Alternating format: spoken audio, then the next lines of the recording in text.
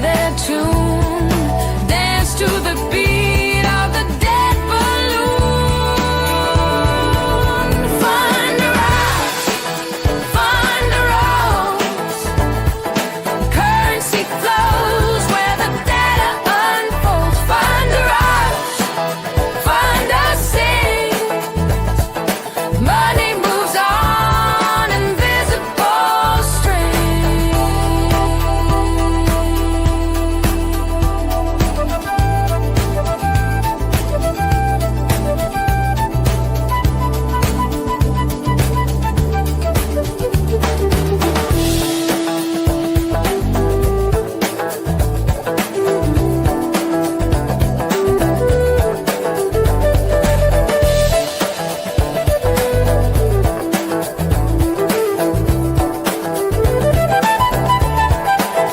Find a rise, find right, find a wrong. Currency flows where the data unfolds. Find a rise, find a sing. Money moves on, invisible strings.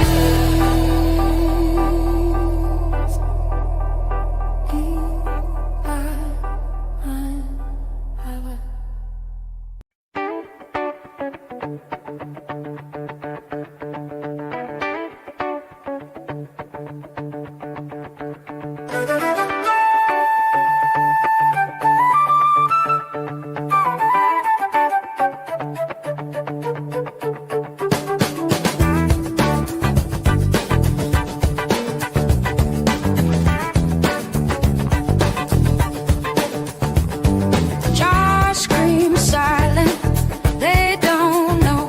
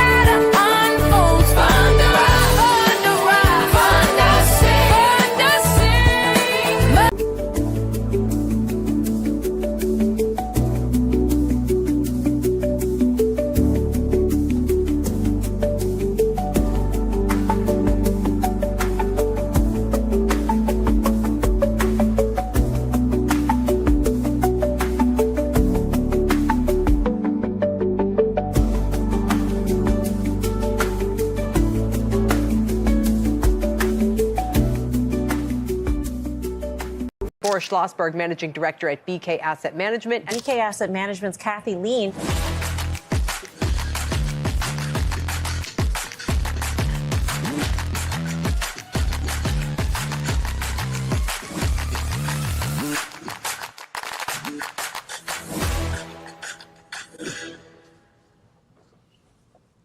Hello. Good morning, everyone. This is Kathy.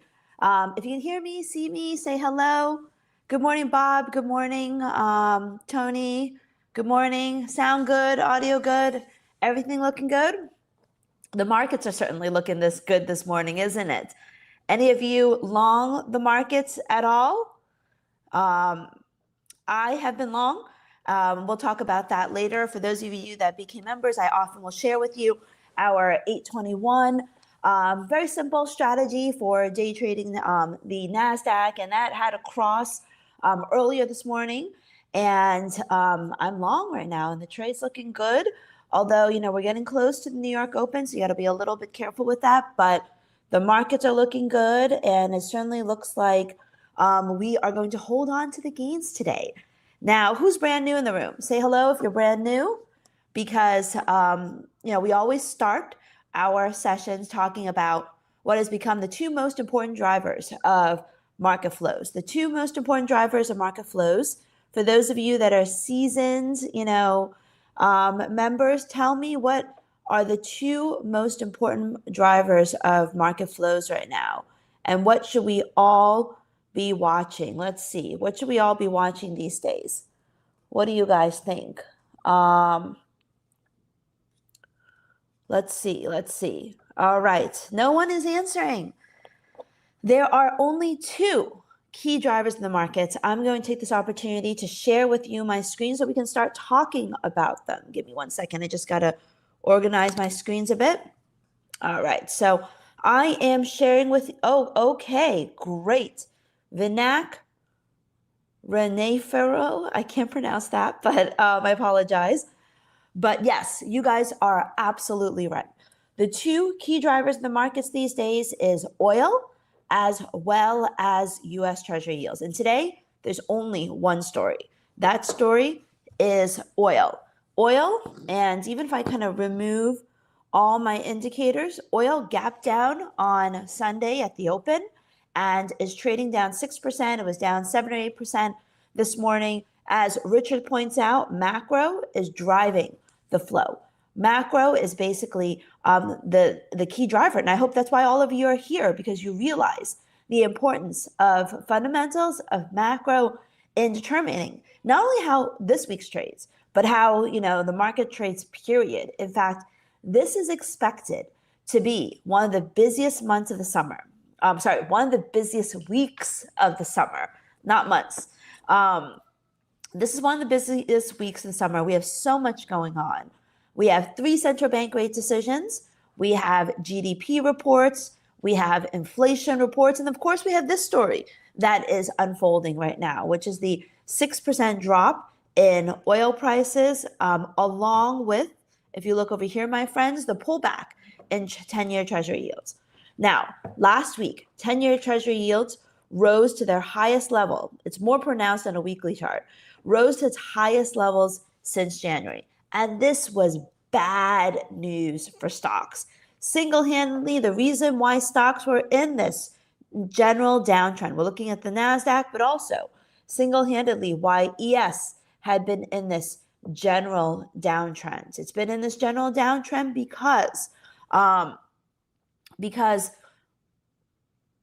U.S. Treasury yields were at their highest level in a year. And if you could join my stream in the past, you will know higher Treasury yields is bad news. It increases borrowing costs for consumers. It increases borrowing costs for businesses. And this is also kind of important going into this week's big events, because we have 3 central bank rate decisions: the Federal Reserve, the Bank of Japan, and the Bank of England. Now, I always like to create these beautiful, where's my tables? These beautiful economy charts. Can you see them? There, okay, that's not as zoom in as I would like. Let's see how I can make this a little bit. Oop, there we go. This is what I like. All right, so this shows you how the US economy changed from one meeting to the next. Now, pop quiz. Not really a pop quiz, my friends, but are there more red or greens? I want you to type into the chat. Is there more red or is there more green? Red represents deterioration in the economy or in that specific data since the June meeting. Green represents improvements in the economy since the last meeting. All right, type into the chat box. More red than green. Yes, yes, yes. Red, red, red, red, red. And we have US Treasury yields up quite a bit already. So what does all this red mean? This means that, first of all, retail sales has weakened in the month of July. Consumer confidence in the UMich index improved, but conference board number deteriorated. Non-farm payrolls also weakened. 50,000 is, a third of what it was in May. Inflation lower across the board because oil prices were down. Now, oil prices did increase since then. Oil prices shot up above $80 a barrel, even kind of got close to $90 a barrel. But today, we're basically before the Fed meeting. And so we're before the Fed meeting and oil prices with this nice little, pullback story. Maybe it's politically timed. Maybe the ceasefire ahead of the Fed is Trump's way of using pressure to keep the Feds, on hold or more even keeled about inflation pressures. I have stopped predicting Trump's motivations, but what we do know is that inflation had fallen between May and June, and we also know that oil prices, which were a huge problem over the past week, is now less of a problem with oil prices down 6%. And maybe tomorrow, if the hostilities continue to be paused, this could fall further. Maybe by the Fed meeting, not too far away on Wednesday, we could be below $80 a barrel. And that could be engineered to be exactly what Trump wants ahead of the FOMC meeting. Housing data, mixed. U.S. interest rates, they're high. 10-year treasuries yields I showed you were rising. Not good for the housing market. And you see that in the housing market numbers. And then activity. Manufacturing and service sector activity is weaker. So that's also not good. The only thing that's really overwhelmingly positive is the rise in bond yields. And the rise in bond yields is not good because it basically does the Fed's work for them. With 10-year treasury yields basically increasing almost 0.25% from 4.48% to 4.69% since the last Fed meeting. In some ways, it does the work for the Fed already. So what does that mean? What is our game plan going into the Fed meeting? Before we get to that, let's talk about what's expected in the markets. I always like to look at the CME Fed Fund futures. And taking a look at the CME Fed Fund futures, you can see, first of all, rates currently are 3.5% and 3.75%. For whatever reason, believe it or not, the market has a 34% chance of an interest rate hike this week. I mean, it's pretty much zero. There's zero chance of an interest rate hike in July. Those should be zero. But I guess this reflects the hawkish tilt that the market expects. And then in September, the market is pricing in a 80% chance. 56.9 plus 23.9 is an 80% chance of a 25 basis point rate hike by the Federal Reserve in September. Many people will say that the market's completely priced in a rate hike in September, followed by the end of the year. So we're at 3.5 to 3.75%. The market is pricing in about a 60% chance that we'll have 2 interest rate hikes by the end of the year. So the market is pricing in pretty aggressive hawkishness from the Fed. Now, the question is, will Warsh deliver on Wednesday? And is this already what the market anticipates? Those are the 2 key questions. And I think what you will see in the price action of the markets, first off, U.S. Treasury yields have come up quite a bit already. I mean, between the beginning of July to present, even with this pullback, we've gone from 4.35% up to 4.7%. So in many ways, the bond market, which is the truest market of them all, has in essence priced in Fed tightening. The dollar, let's take a look at the dollar. We'll look at the dollar index. Taking a look at the dollar index from July, where's July? Okay, from July to now, it's pretty much unchanged. I mean, you can argue that from mid-July to now, we're up. The market is kind of pricing in the hawkishness, but it's kind of preempted the move much sooner. And of course, in dollar yen, it's much more dramatic. Gold. Now, gold, if the Fed is hawkish, and I'm just going to write this down because I love to write in the charts, a hawkish Fed is bearish gold. A less hawkish Fed is bullish gold. So, I mean, that's really the key that you guys have to remember. When we walk into FOMC, I always say that rate decisions, Federal Reserve, BOJ, BOE, are always best traded reactively. And with this week's Fed meeting, if we look on the calendar, you'll see this week's Fed meeting is on Wednesday. We have the Fed meeting at 2 o'clock and we have the press conference at 2:30. No changes are expected from the Fed.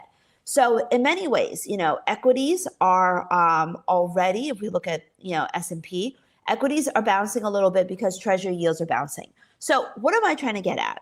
There's a couple things that I'm watching for from the Fed. The FOMC statement itself, I think, is going to be relatively unchanged. When we last heard from the Fed, they were already a little bit more hawkish. Since then, as you saw from the data table that I showed you over here, there has been more deterioration than more improvements in the economy. And as Richard said, more cautiousness is warranted. So what is the statement likely to say? I think that we're going to get, first of all, to be honest, I think we're going to get nothing. I think this week's FOMC meeting could end up being a non-event or a short-lived impact. Because if you think about it, there's only two things happening. The first thing is the Fed statement, right? The Fed statement data hasn't been great. And so the Fed statement, I think for the most part, is going to remain unchanged. So 2 p.m. Fed statement, I think we'll have little movement. Then 2:30, Warsh presser. Okay, so 2:30 Warsh presser, what are we going to get from the Warsh presser? Well, first off, I think he's going to take this opportunity to talk about the changes that he wants to make at the Fed, because he has previously said that he doesn't think that press conferences are necessary if there's nothing new to be said. Now, I don't think that he's going to go ahead and cancel this press conference at all. Will he cancel presser?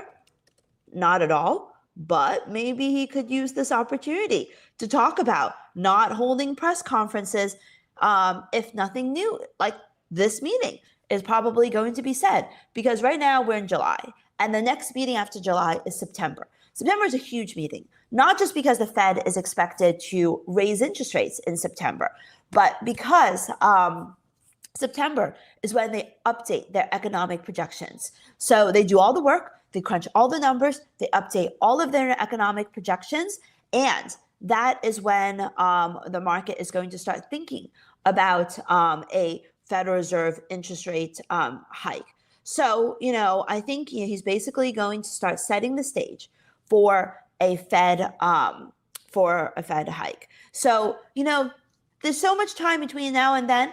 If it was up to him, he'd probably not hold the presser. So I think what we could get out of this FOMC press conference is more of, is more information on the changes that he wants to make in terms of Fed communication, and use maybe this July meeting as an example that everyone is so tense going to the Fed meeting, but, let's keep it short. There's nothing really to say. With all that said, though, there's still going to be a hawkish tilt because the Fed is still expected to raise interest rates in September. So I think that this Fed meeting will probably be less market moving than the others.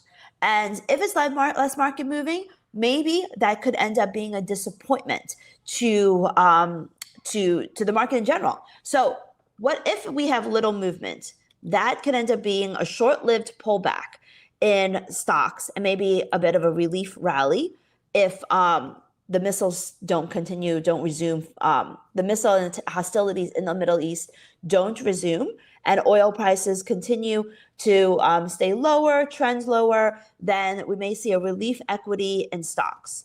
Dollar, this it could lead to a little bit of a pullback in the dollar and rally in gold.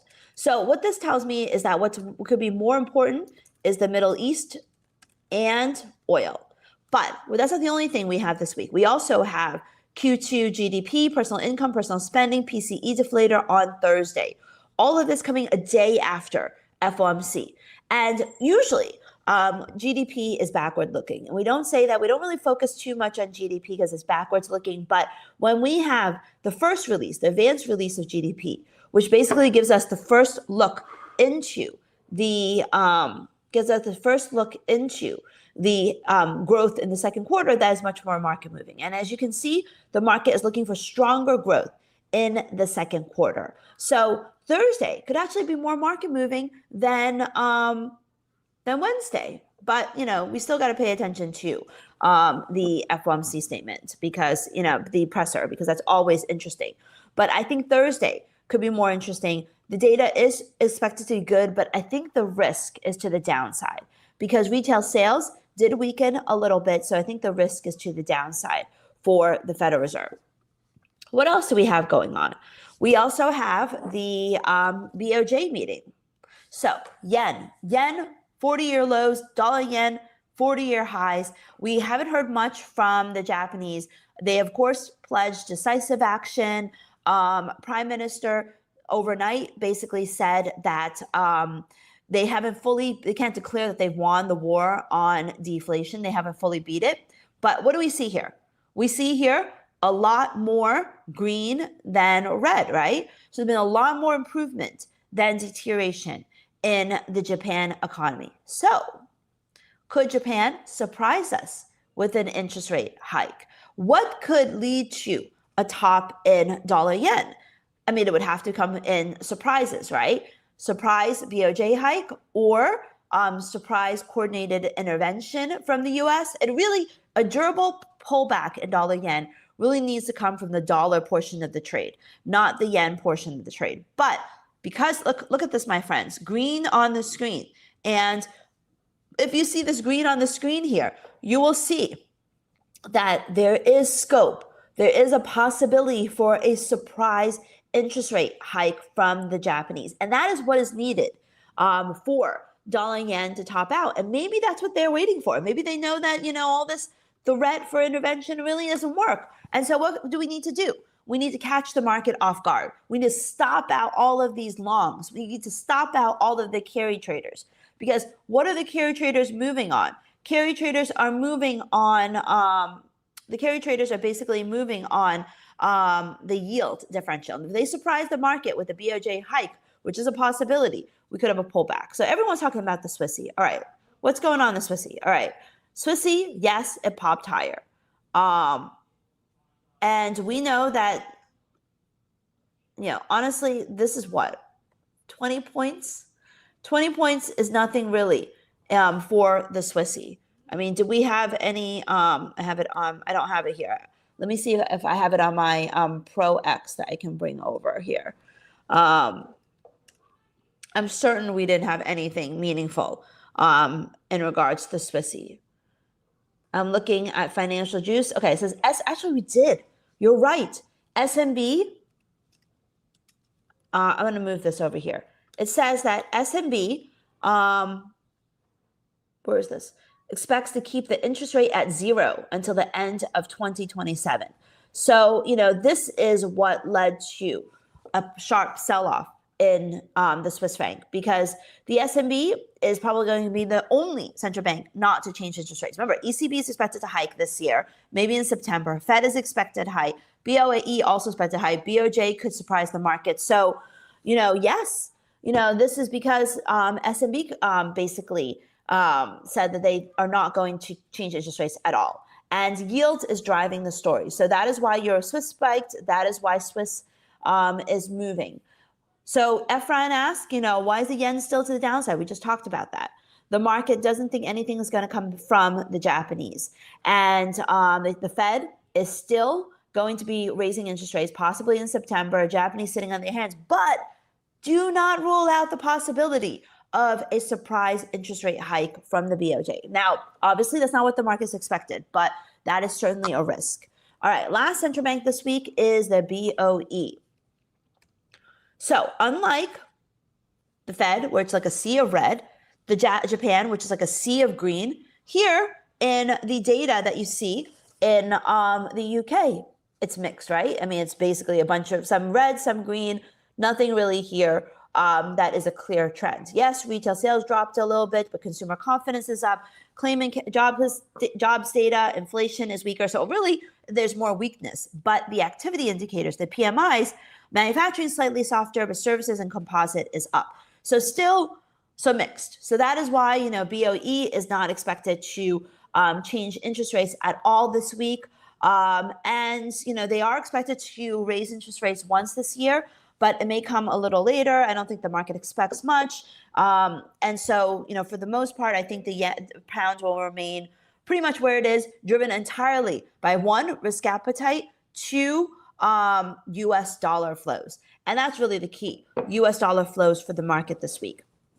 So going back to the calendar, what are the biggest events to focus on this week? We touched on some of them.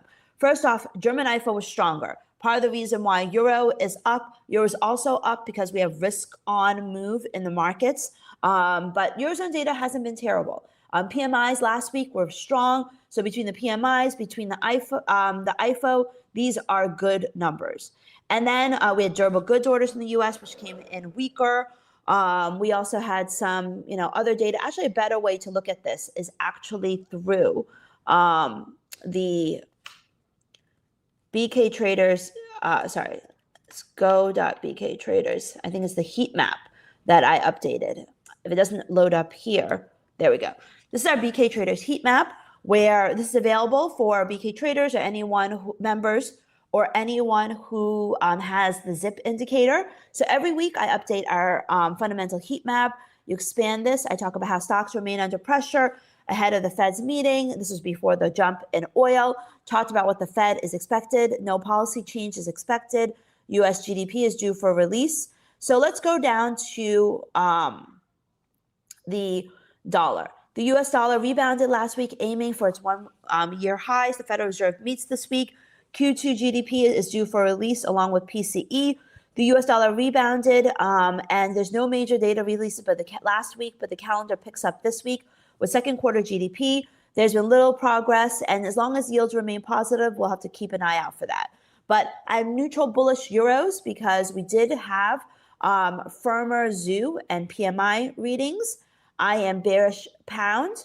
I am bullish Aussies because with Aussie, we had stronger PMI and solid job growth, also stronger data from China. I'm neutral CAD because CAD data has been kind of weaker, but oil prices previously were higher, but now oil prices are down. So I'm more bearish than bullish CAD right now. Kiwi, I'm bullish Kiwi. That was the best performing currency last week. Yen, I'm neutral bullish. Swiss franc, I'm neutral bearish, especially after the comments. So lots of good stuff. Those of you that are BK members, make sure that you check the heat map. It is updated. And if you want to become a BK member, definitely check out bktraders.com. We've got a lot of great info in there. All right. So that's really, aside from that, we also have Australian inflation data this week, FOMC, BOE. We have inflation data also from the Eurozone. We have flash Eurozone GDP numbers. So not only do we have Q2 GDP from the US, but we also have Q2 GDP from the Eurozone as well.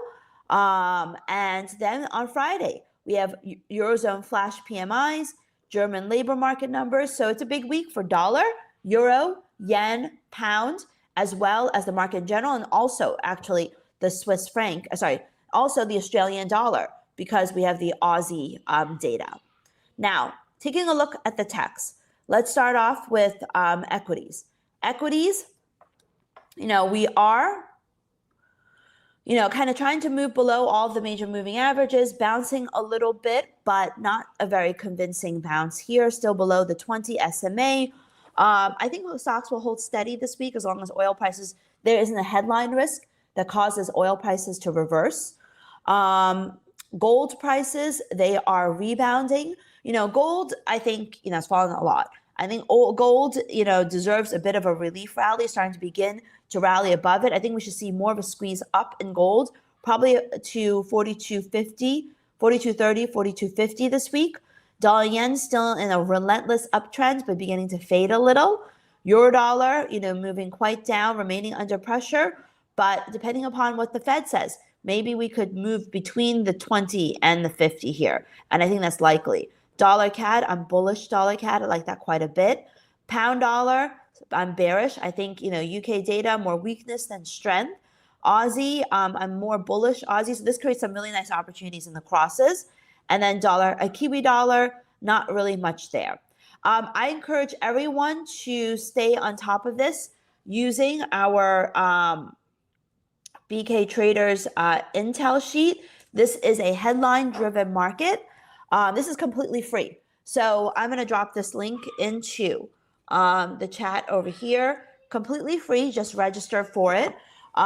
We are in slightly positive mode, constructive 67 over 100. This is updated pretty much every couple hours. So when you start your trading session, this is how I start my day. What's the big news? You get S&P surging, tells you why, because WTI crude collapses nearly 7%, its sharpest single session drop in months, because U.S. halts 13-night airstrike campaign against Iran. Pretty much, when I start my morning, I scan this, I got everything I needed. And then also, did Trump say anything? Trump, all the last 24 hours, it's heavily focused on Iran conflict. Posted an image of himself in the U.S. military taking this oil. Okay, what's going on here? What did he post? All right, so he posted this image here, taking over the tanker, oil tanker, and staking the American. Okay, flag on it. Take it for what it's worth. But if you want to know, if you start the morning, did Trump say anything overnight that I should be paying attention to? You just click on latest from Trump. Fed Watch, latest from Fed. We know that we're in the quiet period for the Fed. So right now, they're not going to say anything at all until the FOMC rate decision. Shows you where we are from significant highs and lows. How did Asia trade overnight? Green on the screen across the board. Tells you some significant things that may have happened with the yen. And then any key comments from G7. So lots of great stuff. This is how I start my day. So make sure that you register for our free BK Trader Intel sheet because this is the way I start my trading day. All right, now I'd like to open up the floor to any quick questions that any of you may have. Any quick questions?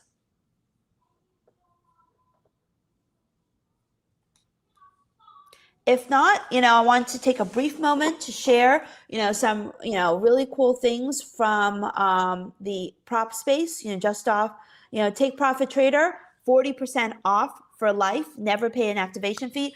Take Profit Trader is one of the favorite prop firms for a lot of professional funded traders because you can get paid out from day one on your pro account. A lot of our good friends are trading them every single day. There are no minimum days until your first withdrawal. You get, immediate withdrawal very, very fast. No payout caps. So lots of really great stuff here. Make sure you use code EDGE for 40% off. Boris will come on later. He's been trading Take Profit, quite a bit lately. So they're a sponsor for today's shows. Make sure you check them out. Yeah, we traded Take Profit this morning in London, and we did very well. Why am I getting feedback? I'm not hearing feedback, Boris. I hear you perfectly. Oh, I'm hearing feedback on myself. I don't know why it's going on. Okay, anyways, yeah, we did Take Profit. It's awesome. The other great thing about Take Profit is that it does not have minimum trades per day. So you don't have to do $150, $250 a day to do it, which is very, very nice. They don't put any artificial barriers in the trade. What I love about them is that it's simple. It's one program and that's it. Lucid launched a new program today. For those of you that follow them, which is all the rage. I don't even know where it is. I have to look it up later and I'll post about it. But they launched apparently some sort of new program. All of these firms have a whole bunch of different programs. But Take Profit keeps it simple, one program, and, same set of rules across all of the different sizes. And that's it. Why complicate things? Give the best program to the traders and, let them, do as best as they can. All right. Any questions? Let's see. They also allow micro scalping, which is really good. I'm assuming if you trade dots with Boris, you're probably getting it in and out pretty quickly. So, they also allow scalping. A lot of trades just like that.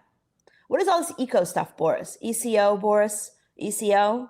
Echo. It's echo. They're hearing an echo. So okay. I took myself off. I'll wait till you finish. Well, I think I'm just opening up to see if there's any questions. I don't see any questions for me. The week is busy. Stay on top of everything we do. One of the main reasons why you want to get access to our BK Intel sheet, because headlines are going to be driving the markets, and this is completely free. Make sure you sign up for it. Just bktradertools/Intel. All right. Do you want to come on, Boris? All right. Let's let Boris come on.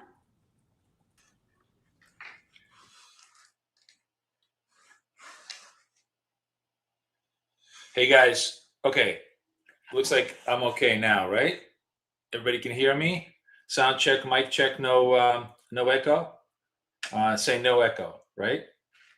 In the room? Let me see, make sure. I hear myself fine right now. I think I had echo with Kathy. Let me see if I got this. Stop Phil. Yeah, I think we're good, right?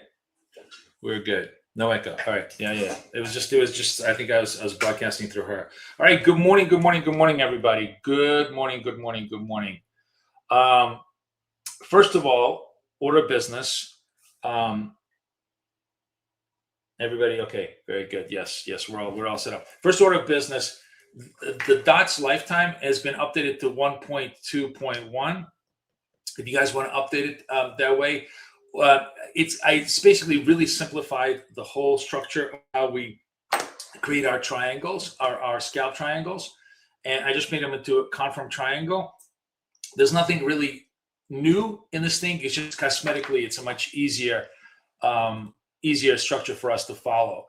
I have the lightning bolts on here today, but I think I'm going to take them off because I'm going to just trade triangles. I'm really not going to trade the lightning bolts because that's a separate scalp, and I find myself distracted if I trade too many things. So I'm going to take lightning bolts off here and just trade triangles today. It's been a challenge. I'll be honest with you. It was a challenge in London until we really hit like 6-7 in a row, and it looks like it's going to be a challenge in New York. This first triangle scalp that I took stopped me out. Did not have enough continuity. But as is always the case, it's a little bit rough going, and then you give it 2 or 3 or 4 times, and you're going to start hitting 4 or 5 in a row. It's exactly what we're looking for. We're looking for that, 4, 5, 6, 7 streaks in a row when we're hitting all those winners. Actually, between 8 o'clock and 9 o'clock, there was a lot of clean winning trades. It's just that, like right now, this was the first losing trade. So this was positive triangle, confirmed, and died. And there's 2 ways to trade this. And honestly, like the way that I've been trading it is probably the bad way. So I'm going to just basically trade it the really cautious way. So the 2 ways to trade this is if you get stopped on the on your proper setup. So you have a proper setup. The proper setup is to get stopped. An aggressive way to do this is stop and reverse, right? Now, we could probably do stop and reverse in well charts with lots of degree of ease, but it's hard to do it in TradingView and TradeEvade well, and it's unnecessary. You don't need to chase the loss and come, and make it back. It'll take you 2 trades to get the loss back in the next half an hour, just as well. It really, in the grander scheme of things, it's probably going to be healthier for you, both for your account and your size. So I'm going to stop chasing the loss that I've been doing a lot, and just let it go. Get clipped, fine. We're going to go to the next account and look at the next account trade. So right now, I'm actually, by the way, guys, I meant to tell you, Apex is still trading its legacies. It's still offering its legacies. We got 2 days to I think get the legacies in here. They're amazing. They are amazing. Remember in the legacy accounts, and if you go in here, I wonder, do I need to do authenticator? I wonder if I need to do authenticator. Come on, what's going on here? No. So I just bought a couple of the legacies. I like to buy the 25s, but you can also buy the 50s. Either one is fine. The 25s, the reason why I love the 25s is, remember, on the legacy accounts, it's 1,500 drawdown to 1,500 up. It's 4 big ones that you get to trade. There is no minimum days. There's like nothing there once you're in the funded part of it to kind of really drive you from just hitting target. So really worth just getting as many legacies as possible. They're also, by the way, going to renew. So if you blow one, the next month it's a 80% discount. Is still dirt cheap. I mean, they're basically like $16 for the 25,000s. They are like $19 for the 50s. Just grab 5 or 6 of them in a row and get yourself over. The only problem with the legacies is they don't do a 5-pack. I would have bought a 5-pack. They're just very very useful. We're gonna have, I don't know if we're gonna have any one and done this week as far as news events go. But if you inventory like 4 or 5 of them, we'll certainly have one and done's next week, and we'll be able to do that. Promo ends 7:29 midnight. Ben says so. Like 2 more days. So grab them while you can. It's literally their best promo in my opinion, because the legacy accounts are just so much easier to run. Once you're in there, and with the scalping that we're doing now, it's just absolutely perfect for the legacy accounts. We don't have we don't really care about the drawdown. Our drawdown never really gets triggered, and we can trade them for for as long as we want, as long as we trade with small size. 4 of the Max 7 are reporting this week, but it's been a challenge to trade earnings because of just the it's not like, first of all, the release time is not specific, so it's very hard to position yourself in front of release time. I think if we do anything on Max 7 earnings, we'll probably trade post as reactively. We'll probably trade reactively on signal, on scalp signals post the structure. Anyways, we got to go before market opens up. Volatility very very quiet. ATR is like 10, right? Which is very unusual. In pre-New York trade, it's usually around 20 at this point. So we are very very quiet. The drift has been pretty much to the downside, although we had a little bit of a runner here from 8:30, but now the drift is to the downside. This buy triangle is getting rejected. The buy thesis is getting rejected. So if this holds as a magenta triangle, we're gonna short this on my. I just opened up 2 legacies, so I'm just gonna rotate. I'm gonna trade legacies with you guys all day long. Let me just rotate this out to 73. And if I get a signal, I'll trade this on the 73. I'll just rotate between the 2 accounts with you guys, and we'll trade the 2 accounts, the 2 legacy accounts, as the best we can. So, all right, so I'm short this. I'm short on the 72s. Sorry, I'm on the wrong count. Okay, never mind. Let me show you what I'm at. So I'm short 72s. I need to be like right over here on my entry. My stop is over here against the swing high. All right, let's see if this plays out on the trade.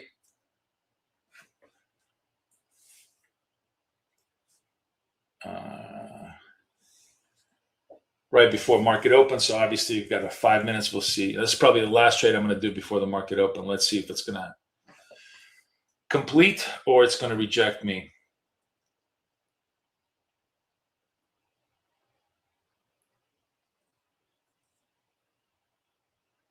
No, I don't analyze the higher time frame because we are interested in what's happening in the next 2 to 3 minutes. Look at that. Our handicap, our ability to put it very simply, XAU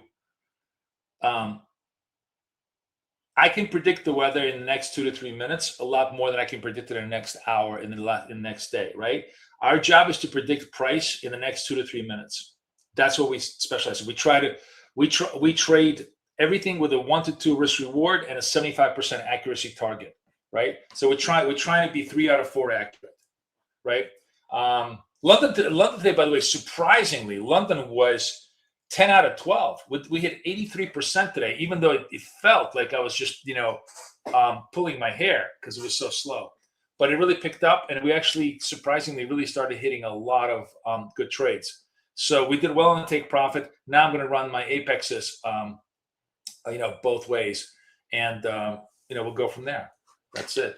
ATR is 10. I'm actually trading with 1, but 8 only because I know when New York's going to open up, ATR is going to go to 20, and I want to trade one contract. But I'm going to rotate out. Hang on a second, guys. I'm going to rotate out the 73 account, and we're going to just bounce back between one and the other, one and the other, one and the other, one and the other.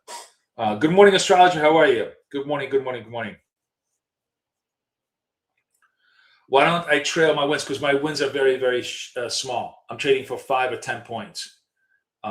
So I'm trading. There are guys in my room who trail them really, really well.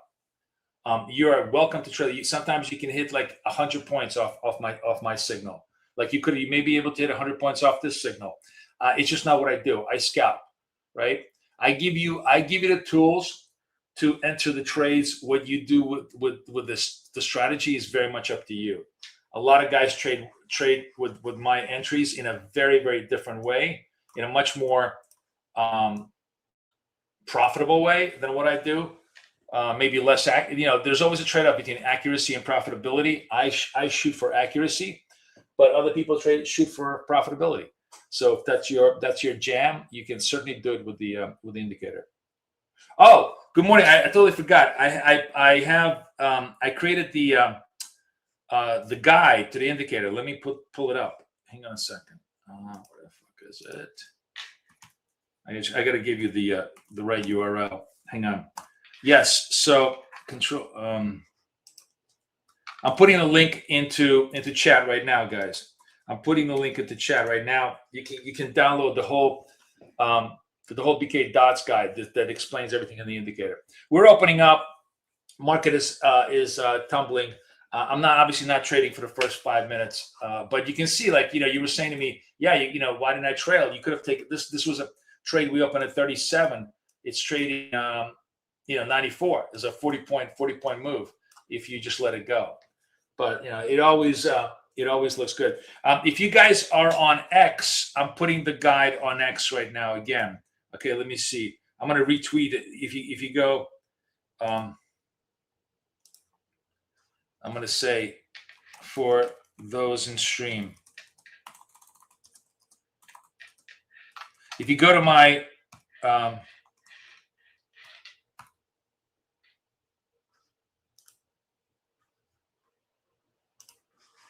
here, I'm going to put this up here so you guys can see it. If you are in X right now, for those in stream on X, right there's the guide. Go get it. Go get it. Okay.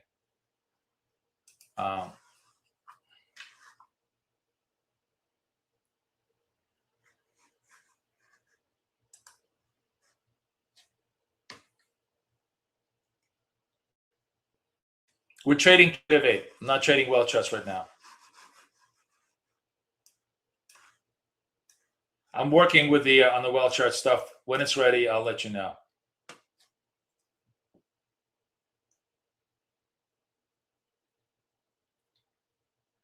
One 1.2.1 is live. I updated it.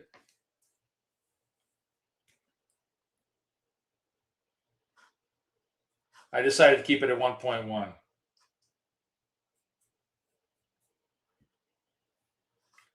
ATR expanding to 12. We're on the verge of open. Now we're opening. Let's see what the market wants to do. Do we pop and drop? Looks like we want to try to take down Tokyo low, man. London lows. Oh, we got to open up New York lows too. Let me adjust the New York lows.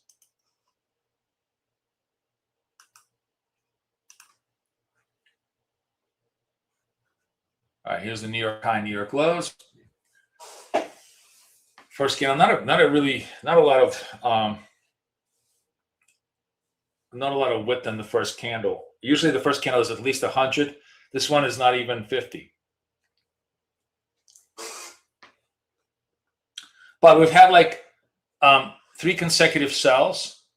This is a green triangle. Let's see if it confirms. If we get a cyan, like a blue triangle after this, we're going to go long on the assumption that they're kind of holding in front of the ICT order block and in front of fresh lows. We'll see how it holds.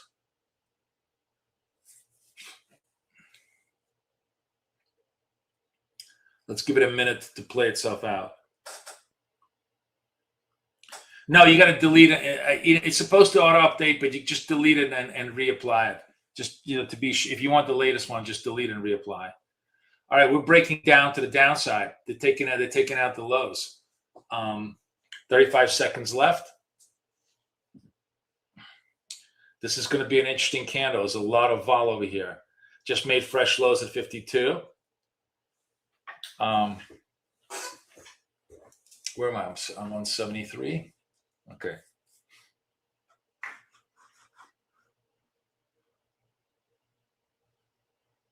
$12 seconds left.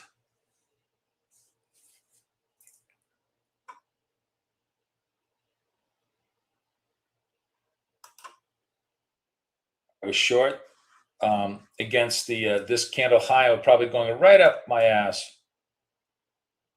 There we go. That's going to stop me out probably. Looks like it's a bounce. We'll see.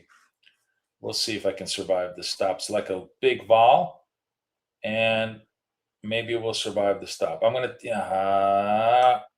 say yes. Very nice. So that got resolved to the downside. That was like a massive vol. I had my stop literally right above the high, which is we survived the high, and then it completely reversed to the downside. Okay, so now we have a another green triangle, but now it's remediated the Tokyo lows at 501. So it looks like it just wants to gun for those, and then we'll see if it wants to consolidate and kind of rebuild to the upside. By the way, I will put, okay, so as the New York session comes up, let's do this. I'll put the lightning bolt candles up because I want to show you something that I think is interesting on the lightning bolt strategy, the jazz strategy.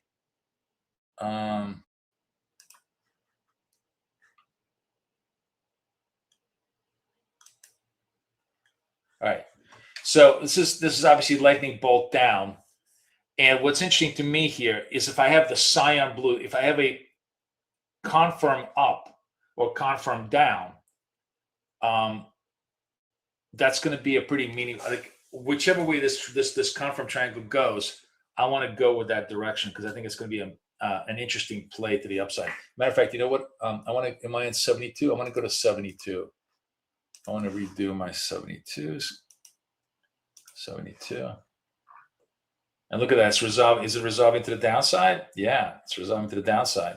Wow. So, all right, we short on this. And it got done. Just follow the triangle. You see, so why do I like this particular setup?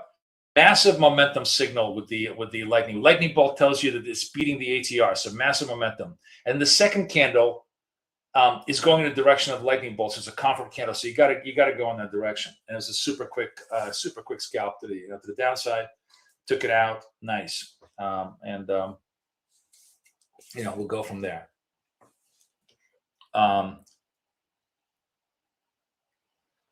See what happens next.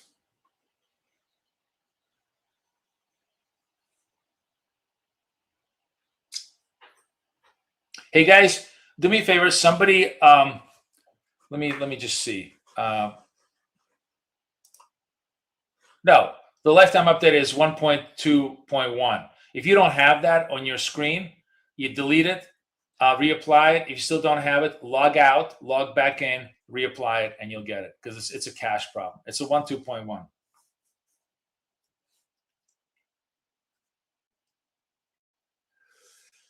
And now we're coming back up. Now we're getting the a lightning bolt to the upside, right? ATR is 25, really picking up some steam. Now we're bouncing off the lows. Now is an interesting trade. Like, do you want to trade the big bounce, which might be worthwhile? Like, might be fun to try to trade this. Let's give it a shot. Let's trade the big bounce in this particular thing. In other words, we're going to try and take a much larger slice of the trade. How much time do I have? 14 seconds. Basically, I'm going to be underneath here with an entry here. Let's see if we can get that done. All right, buy market. And that's a big ass stop here. So I got to put a big ass stop over here. Let's see if I can get this going, and maybe we can get it up to the. And we do get it up there. So you could have gotten a lot more, and you could have gotten a much more of a directional move. But again, I'm watching. You see, I'm watching the flow. The flow turns super positive. You guys want me? Who wants me to explain why I was pretty confident in this particular trade? Who wants a full explanation?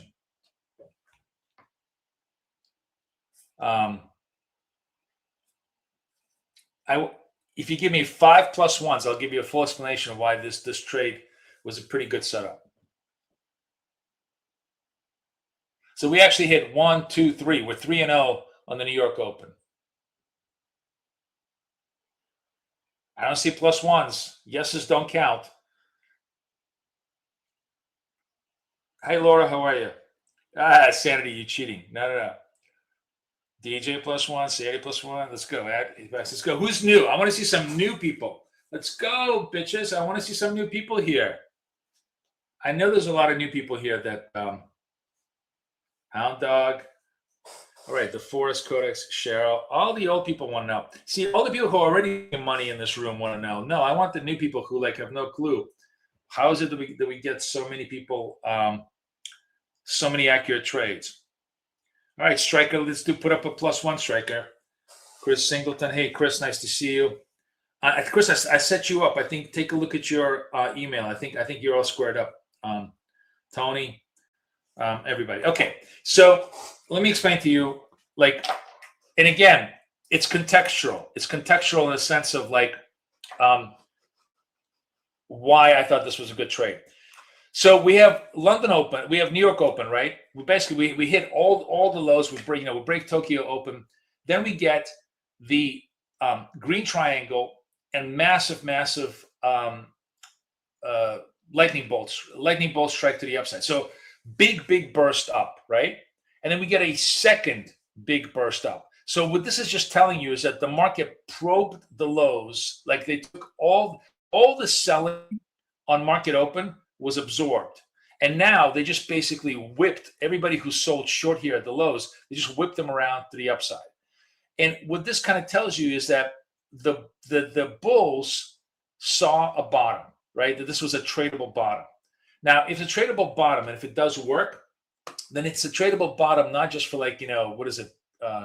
500 to 600 for 100 points. It's probably a tradable bottom for a couple of 100 points if it works. So you could trade this structurally, with entry here, maybe a secondary entry here, and just a stop underneath here. If you're wrong and they break the whole thing, then this wasn't a tradable bottom. But if you're right, it really gives you a huge amount of proper anchoring. Like, the whole idea is that when you have a whole bunch of momentum buying signals after a big sell-off, that tells you that it's a tradable bottom. Doesn't always work, but when it does, it's good for 200-300 points. So if you're a positional trader, this is a pretty decent entry to hold against the lows, right? To hold the New York lows and stuff like that. Now, ideally, what you really want is actually to start getting more, upside triangles. You want to see green candles and stuff like that to confirm your idea. And maybe you look at this right now, and what you want is that this particular lightning bolt to be overturned, right? The close on this thing is what, 47. You want it to close like 49.50. You want it to go up, not down.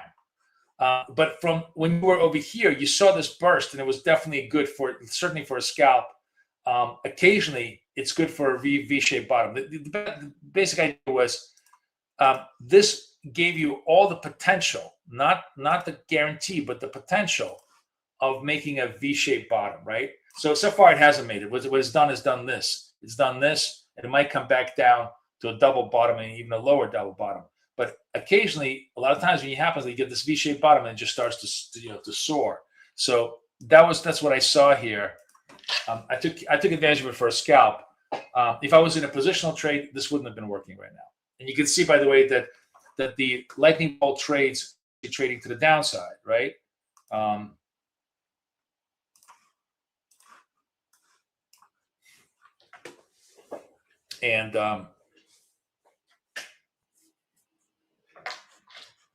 You are now under threat on these New York session lows. Now, is this a double bottom?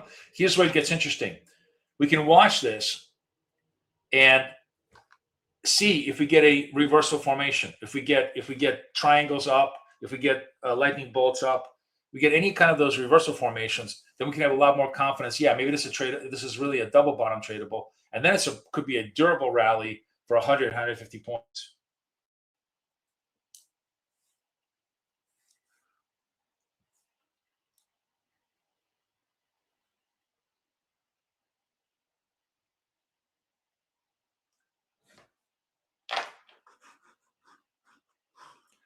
The setting for the triangle is right here, guys. If you go over here into the dots settings, it's called show neon triangles, show confirm triangles. Both of those should need to be checked off.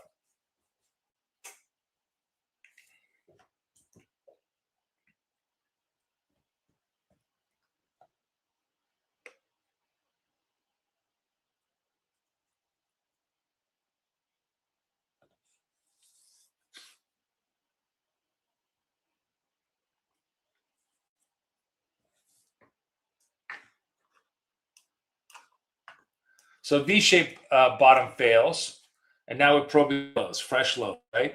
To the downside, we have more lightning bolt trades. Maybe the next one. Now this is where it gets interesting. Now we might get a green triangle here. Is this a kind of a bouncing bottom over here on the chart? We'll have to see.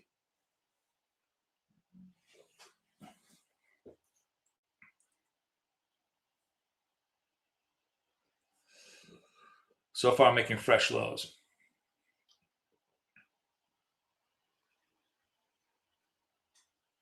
That's a reversal triangle. You can DJ. You can remove that.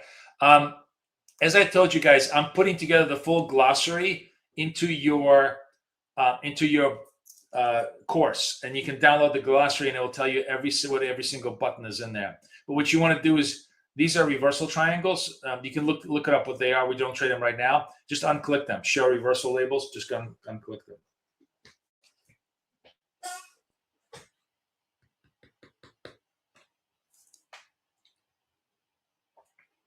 So back to the unwind. Looks like we're probably going to want to test the 400 before. And there's an ICT order block over here at 300. Wow. So we could go all the way down 300 before we find some support. Let's see. Let's see if we get a green triangle at least to give us a semblance of some support.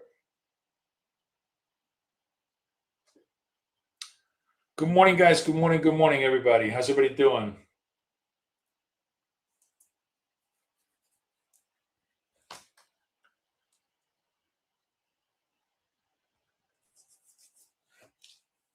Oh, what do we do? This is 72. I'm going to go to 73.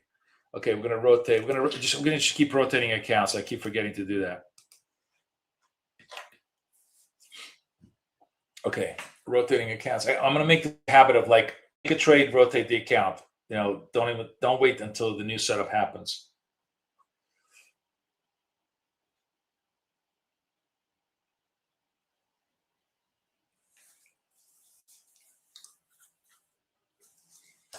There's the green triangle.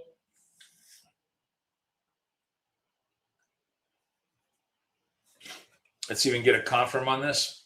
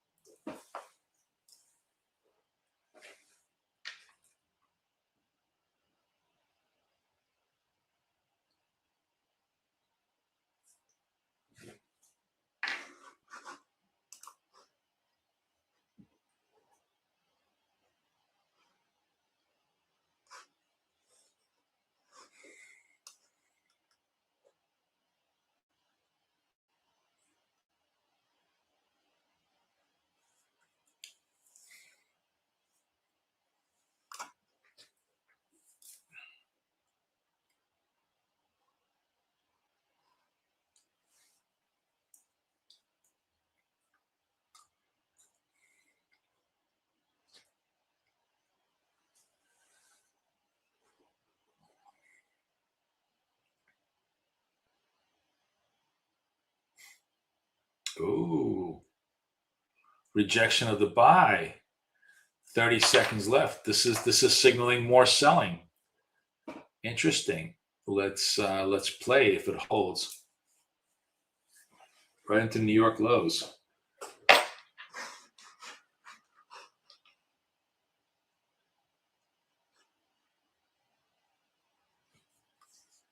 Ten seconds, 15 seconds on the clock. New York lows are at 25.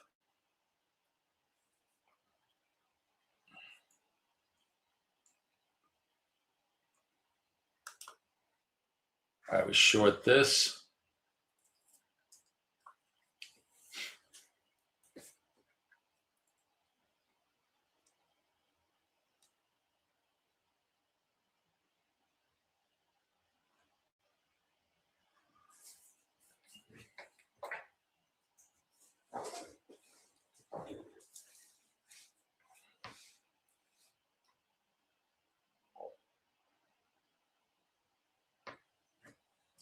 See if they want to run the 400 level here.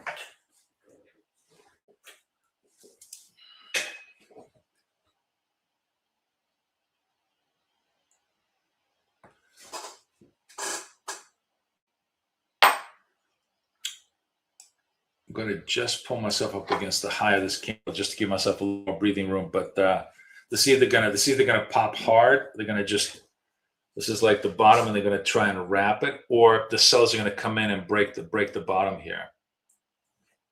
See if the sellers want to break the bottom.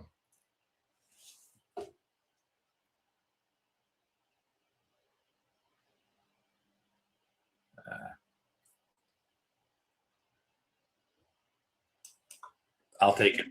I'll take it because it looks like they weren't going to fast break the bottom. If they're going to slow break the bottom, I usually like to cover it. So we covered that, not bad. What was that? That was the 73 account. Okay, not bad. So that's actually 4 in a row. Four in a row, just scalping away. Let's go to rotate myself out to the 72 account and get ready for the next one.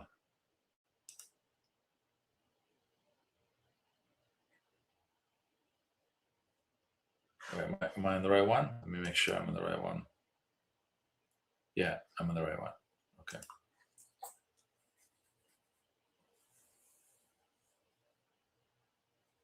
You see how like it wasn't like going down fast. When it doesn't go down fast, I cover quickly.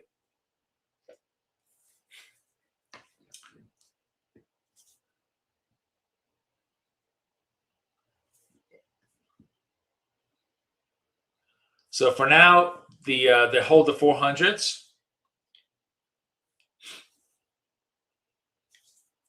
And we're actually kind of trading up a little bit.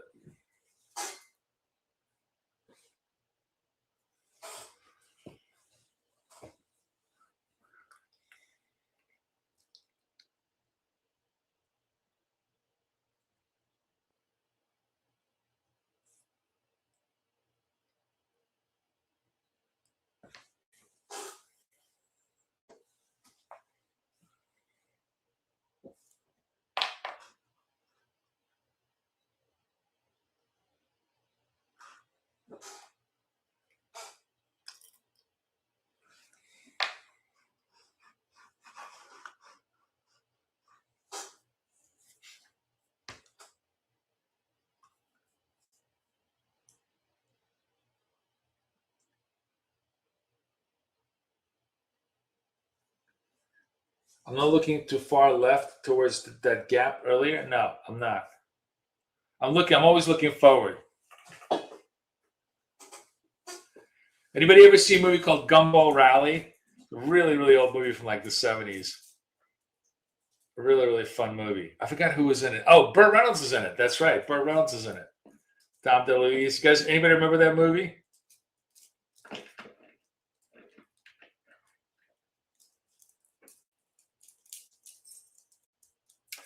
Striker, yes, it's available on Wallet Charts. We're modifying it to just kind of match it completely, but yes. Great film, right? So anyways, do you remember Raul Julia, who was in that movie? He was great. He played like that like suave Italian. driver. He's actually he was a great guy. He died at the age of 50. I had a chance to meet him when he was alive. He was a really just a gentleman of a guy. Really, really cool guy. He was like a big movie star in the 80s. Anyways, he plays this very, very funny guy. And he gets into the car. I think it's like he's driving some Fiat or something. And the first thing he does is he rips out the rear view mirror. And the guy who's, they're riding in teams. And so his sidekick, the one that's kind of, navigating, goes, "What are you doing? What are you doing?" He goes, "What's behind me does not matter." And I always love that line because I kind of that's how I want to trade. What's behind me doesn't matter. I want to trade forward. So that's what, to answer a long way. No, I don't look at the gaps behind me.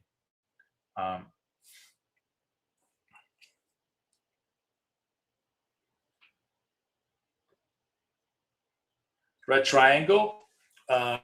Let's see if this could be interesting, because if this signal is if the sell thesis is reversed, in other words, if we get a cyan blue, that could be a very strong buy signal. Like sort of this would be the bottom, and this could be the pop, the pop reversal.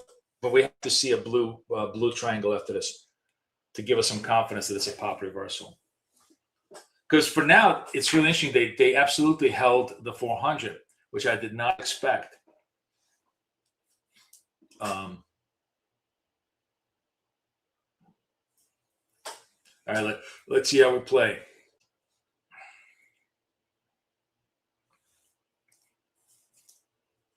If this is magenta, that means they're going to make a second run towards the lows.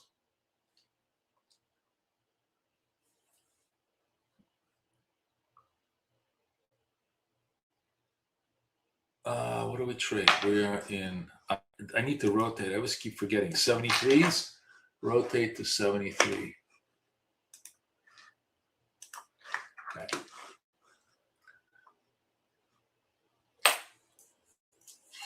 $22 seconds left.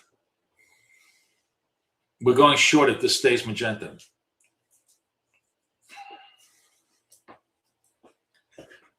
$10 seconds left. If this reverses the very last minute, we absolutely want to go long. So I'm watching this very carefully. This is one of those very tricky little candles. Boom, buy. Shit, I knew it was gonna reverse. So, all right, let's give this a shot. Let's see if the reversal works for us. This is a very, very last second reversal. Let's see. Just got a bad execution. Of course, I paid up a lot for it.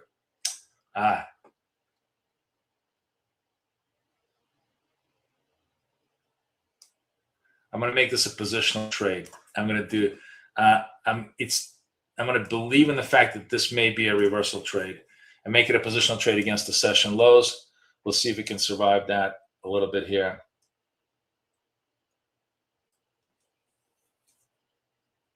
I think it's worth a shot.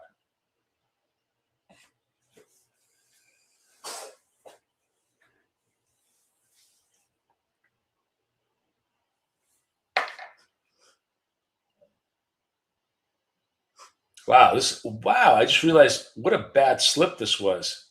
It's just that this is the only, if I was in well charts, I'd be in much better shape in terms of execution. This thing closed at like 77 and I got in at 91. It was like a 20-point slip on this entry move. Really annoying. All right, we'll see if we can survive this reversal move or whether this is just going to grind us lower. We'll see. No adding unless the candle goes up, unless we see a positive candle. Oh, man. I see we have a lot of fans of the Gumball Rally movie.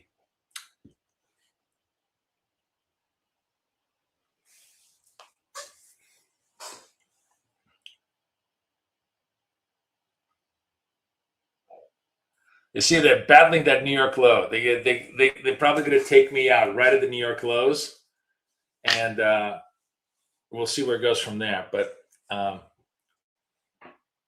trade did not have juice in it. No, I'm going to take myself out. All right, we're taking out first stop of the day. Let's see what happens next.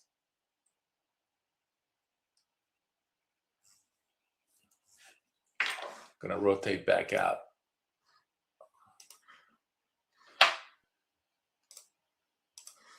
All right.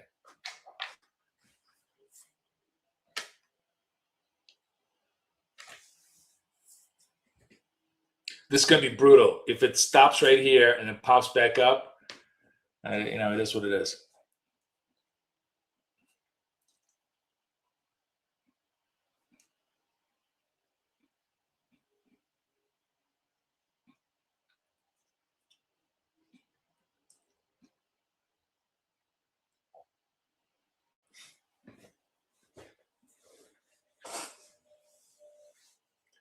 Took out really at the 400. Let's see, the New York session lows 401. Just basically ran the zeros. If it's gonna be a reversal, it'll be like probably a reversal around the 80s and the 70s. Usually that's where the reversals are.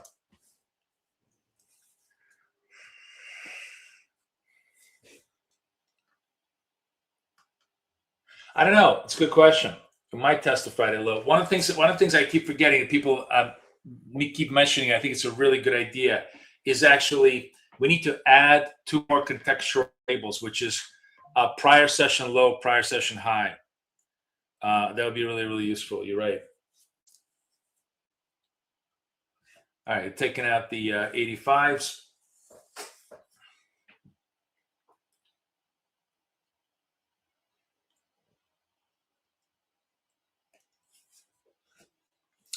Patient to see when the reversal signals come in.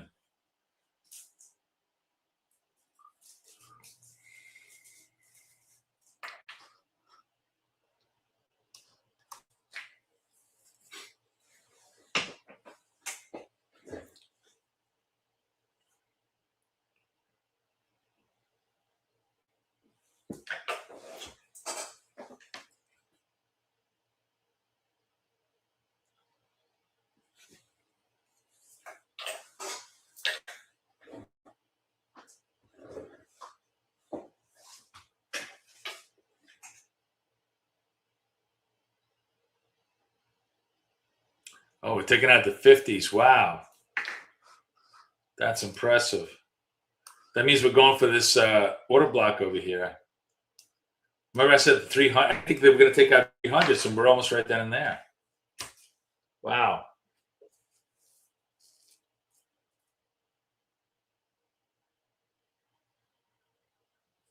Big move to the downside in the first half hour.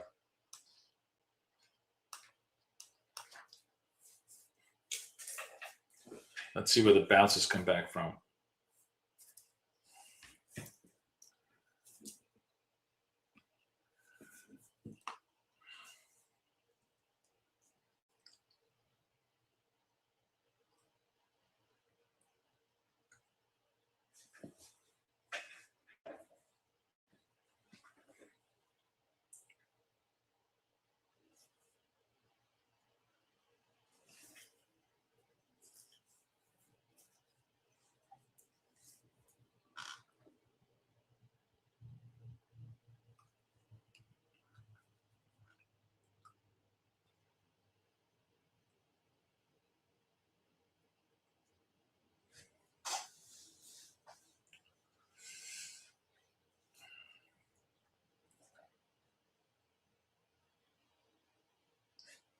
Usually, they always want to take out the ICT order blocks before we see any kind of bounce. So we're probably likely going to go to the 300s here.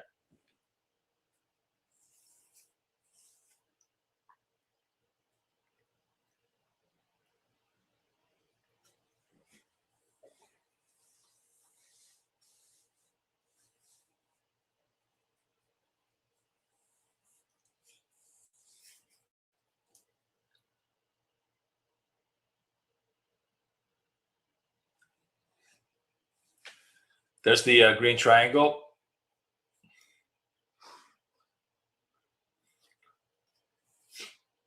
Let's see if they want to confirm the close here. Nope, still selling the lows. Still selling the lows.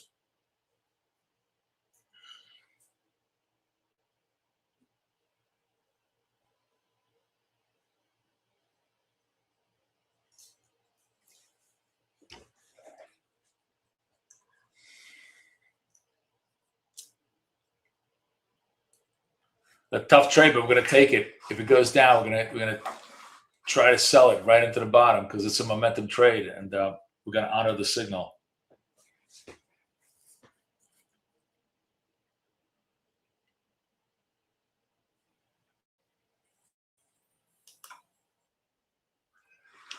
All right, short this against the candle high.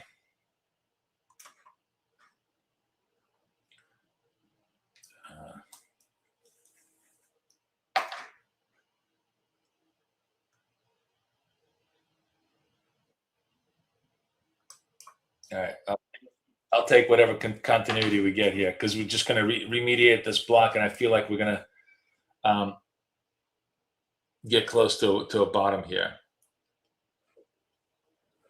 I want to take the upside action more than a downside action.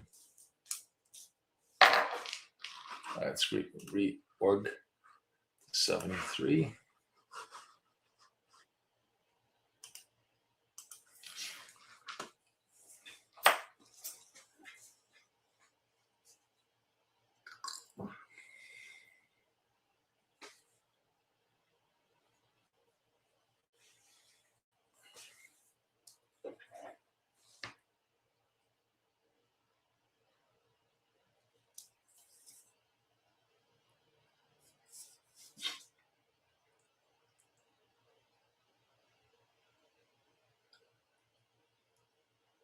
This gives me a green triangle. I'm going to front run this trade. We'll see. But I'm going to try and front run this trade on the assumption that this is the bottom for the time being. And give myself a little bit of breathing room over here to the bottom, but I'm going to front run it and see if it will hold.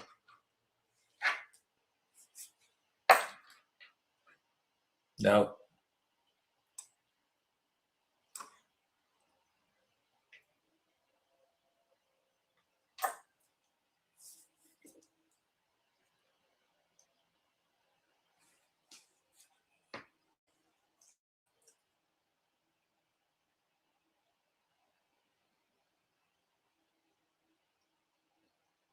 This is where I get it. This is where the rubber hits the road. If the blue triangle wins, we have a reasonable chance for a bottom.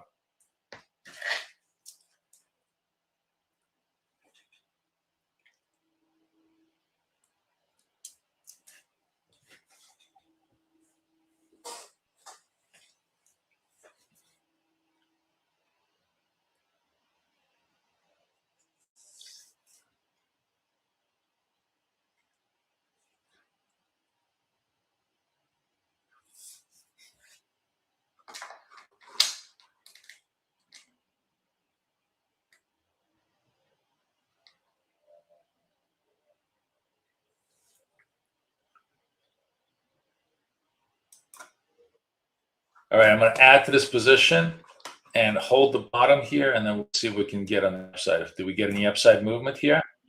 Order filled, order filled. Come on, baby. Come on. We'll take that one too. All right. So this is a little bit more aggressive trade, but it definitely worked very, very well. This is like the bottom picking trade. And by the way, this trade is probably good for, I mean, if this holds, and again, it's always a big if, but if this holds, like if we sort of hold the bottom here, it's probably good for about 50 to maybe to the 400 level. We'll see. But for me, as far as scalping, I was looking for a bottom. I got the green triangle. Here's a trick that I started using as far as kind of like widening my stops, to the volatility that I think is sort of useful in the moment that you're trading. So we'll see. It'll be interesting to see. Let's see if this holds the bottoms, or if we're going to just break the bottoms again. Let's see.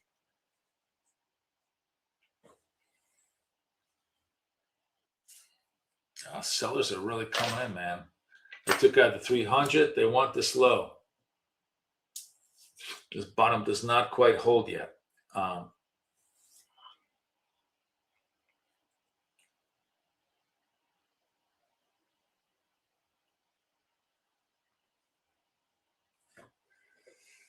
See what it wants to do.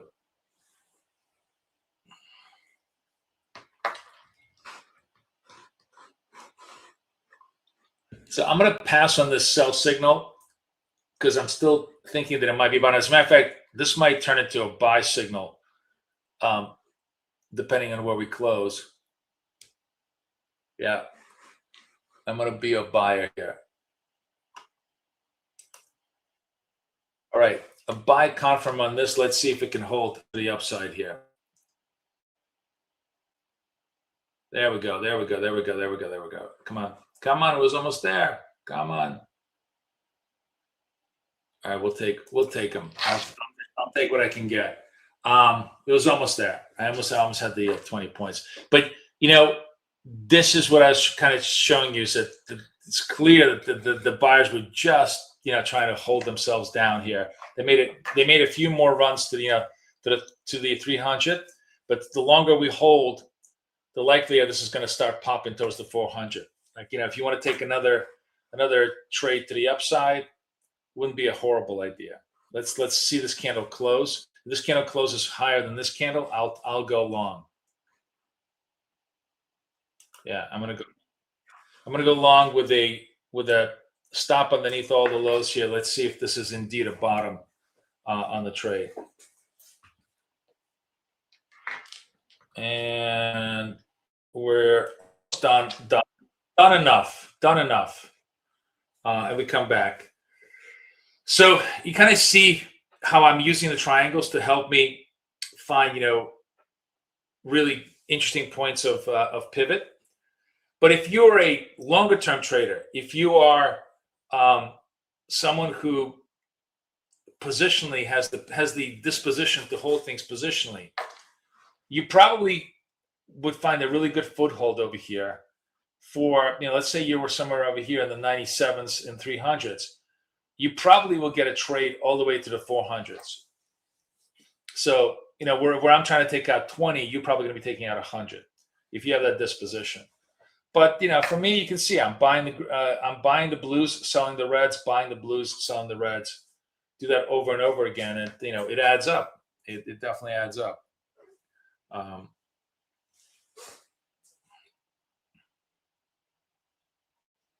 And now, for those of you with the more patient approach, the bulls are now going to open this up towards the 400 level.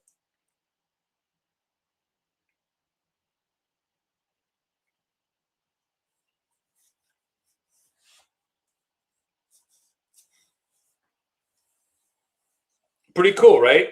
Everybody saw all of this. We actually managed to. Now let me see what the win losses are here. I think I only had like two losses. Oh, I can't get my.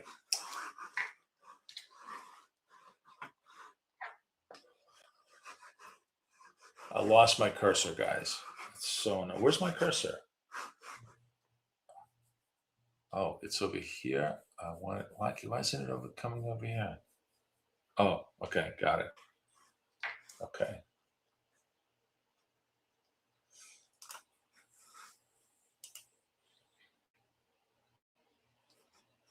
Seven of six and on 72.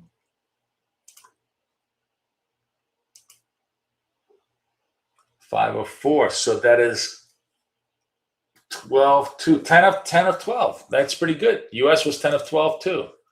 That's not bad for government work. Okay. 10 of 12 winners. Oh wow, it's like 10:15. All right, I'll hang with you guys till like 10:30. So final test here. Here we go, babies. Market taking out the last ICT order block around the 250 level. All right, gearing up for yet more structure.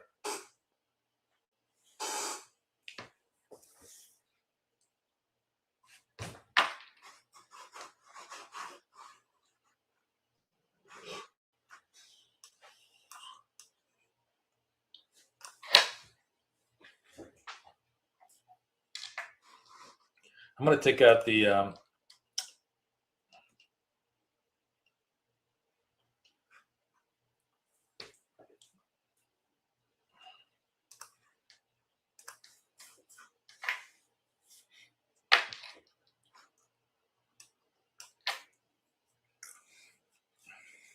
So another pull away candle here. Definitely, lots of directionality. By the way, a super easy way to obviously determine that we are in direction in like a super easy way to figure out that we're in chop is when there's no pull away candles, right? See, there's very few pull away candles in like over the last 20 candles. How many are there? It's probably going to be a really good little add-on, not part of this indicator, but just like provide a tiny little indicator.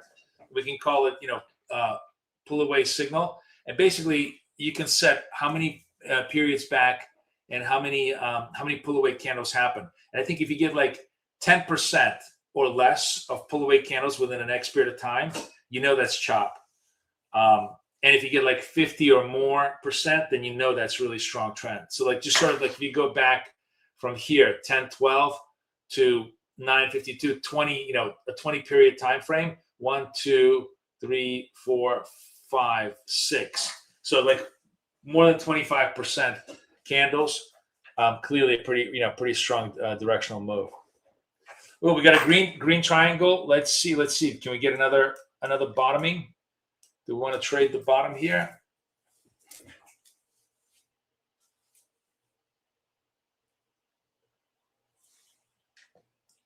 Let's see. Or the sellers still dominate.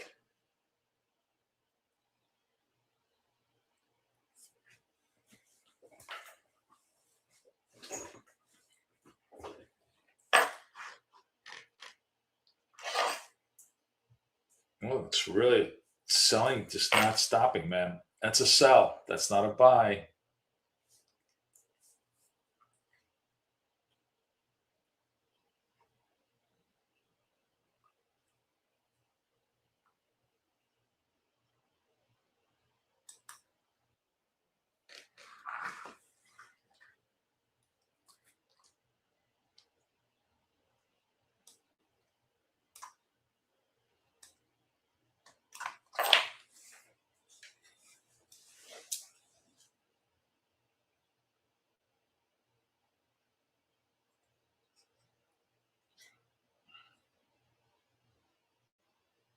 That was a hard sell to make, and it could easily have been, selling into the New York session lows.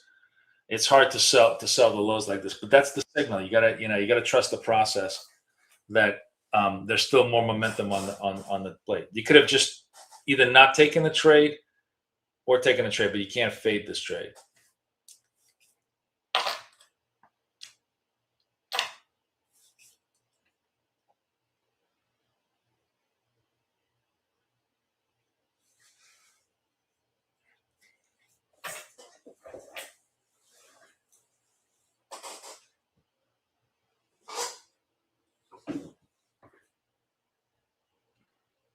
Nope. Looks like they held it. Looks like it's going to be a big reversal move. And in this particular case, if this holds right here, you probably could reverse yourself. I would not be opposed to reversing myself here. Let's see if I can get it. All right, I'm in the trade. I'm going to hold this against the session lows and see if I can trade the other way. And that's not. It's not. I should have waited till the candle closed. I really wanted to see the candle close. I was just impatient.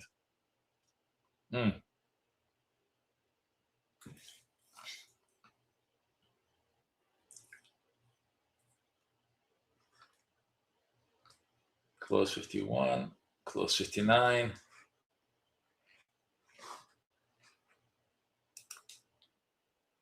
All right. I'm evening myself out a little bit here on this trade. See if I can get this up on a basic reversal trade.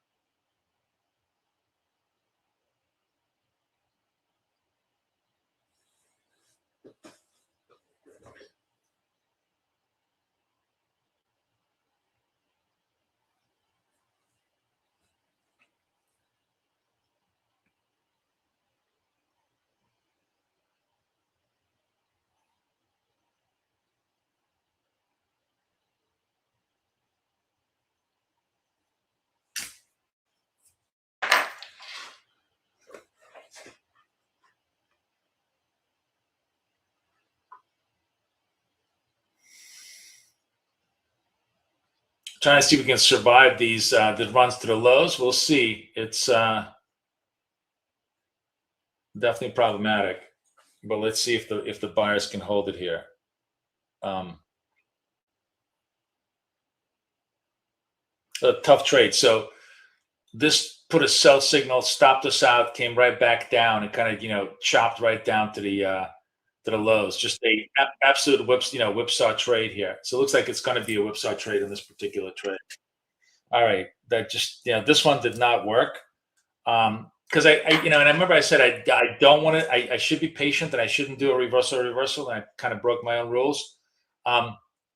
The proper thing to do is just to be very patient now and wait for the next triangle trade, because that's going to be a much more stronger thing. And the other thing is, look, it just took us out right at the New York session lows, and probably going to go back up. So actually, worth watching this. If this candle holds and the next candle goes higher, it's definitely going to be it's definitely a double bottom test here. So let's see.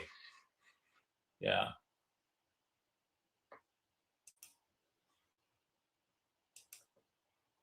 This candle holds. We're going to try one more time against the session lows. Let me see if I can buy the bit.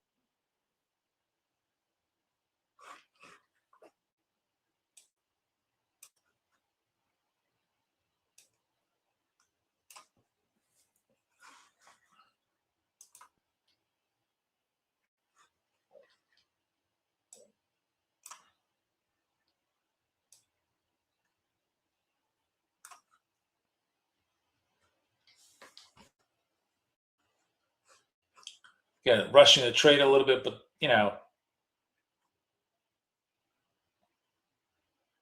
playing around. So this held. This does hold higher. Kind of confirms that there's a little bit of a bottom here. Let's see if we can get any continuity on this move. Nope, no continuity, unfortunately. I over levered on this one. I just took too big a piece on the back end, but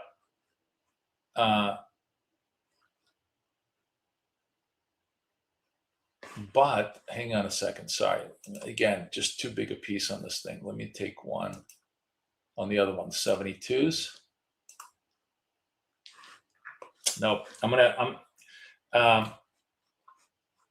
not taking any trade unless I get a higher close. This is not a signal.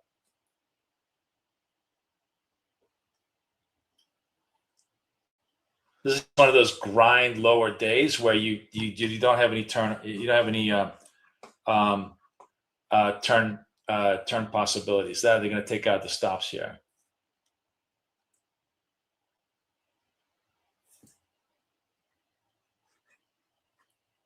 So we ran into a little bit of a grinder, and all of this is not what I should be trading. Like, this is all of these trades. There are no trades. There's no triangles, right? I'm basically like creating trades that are not there, which is why I'm paying the price of just being in a whipsaw. So fortunately, it's just one account. So it's my eval account. I can burn those kingdom come. But I would, you would never want to trade this in your funded accounts this way. You really want to wait patiently until you get a signal, which might take another 10, 20 minutes to go. We'll see.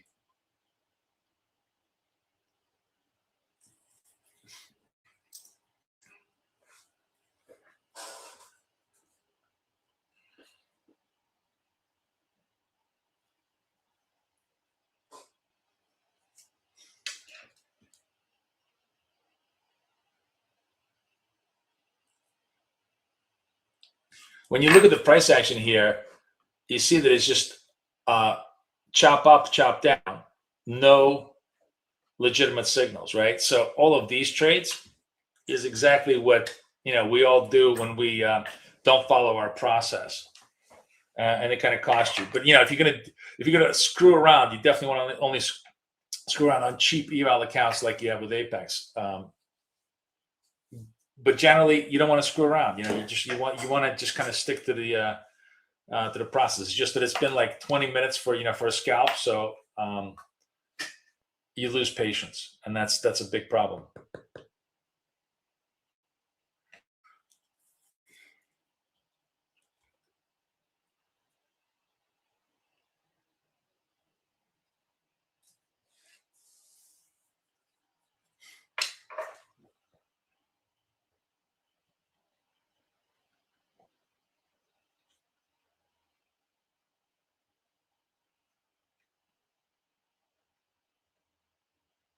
It looks like we unwound the whole gap. We unwound the whole gap.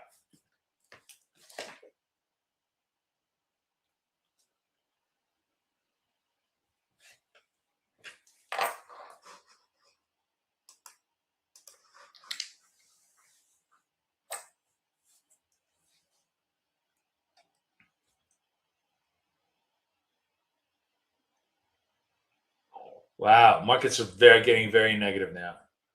Now it's because starts to run towards the 2,800.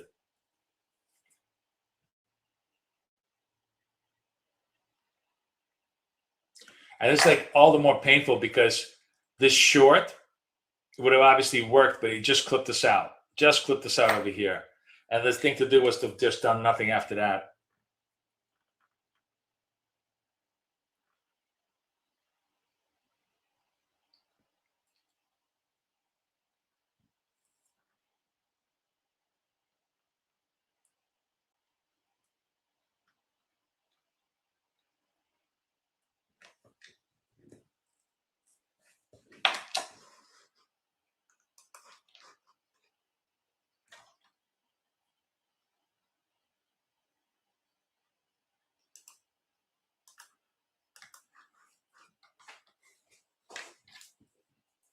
All right, getting a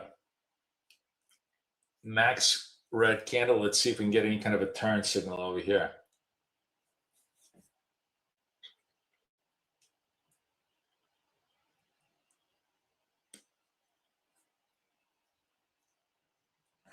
Not yet.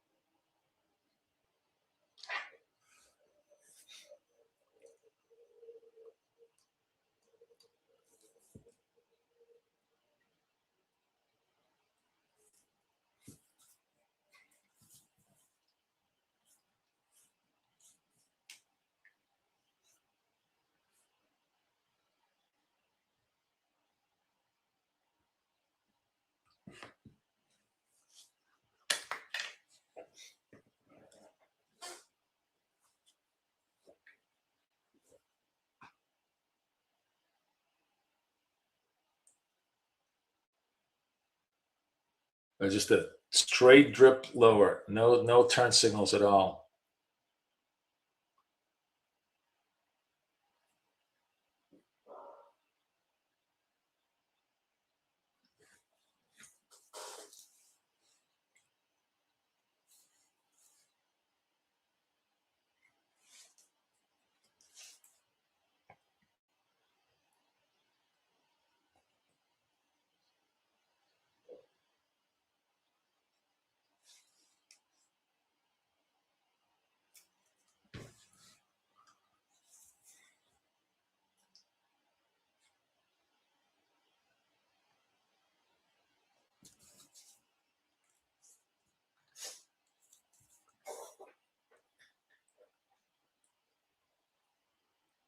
All right, we're finally getting a neon red candle, which means that now we have a chance for a possible turn signal.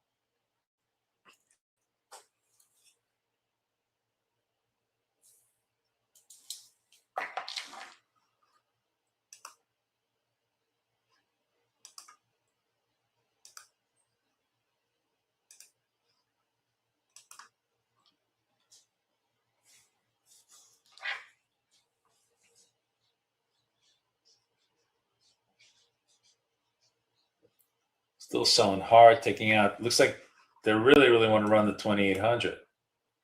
Wow.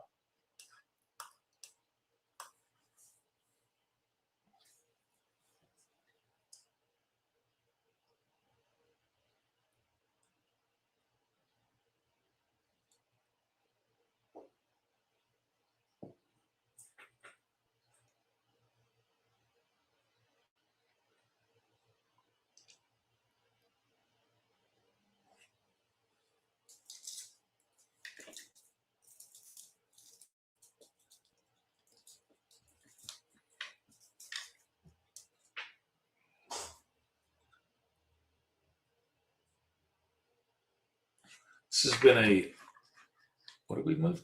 10:13 to 15 minutes without a signal. Wow, it's a long time.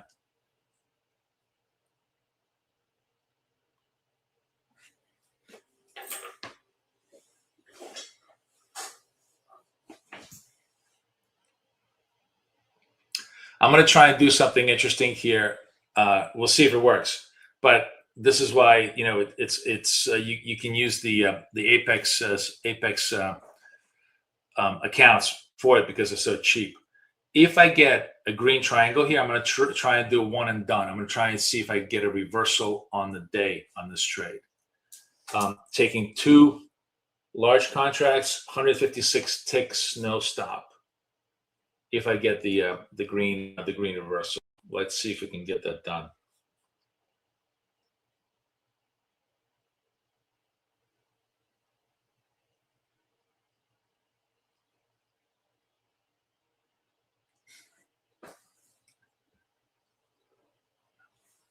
Yeah, they're just gonna drive it to 28, man. I'm gonna have to just be patient here.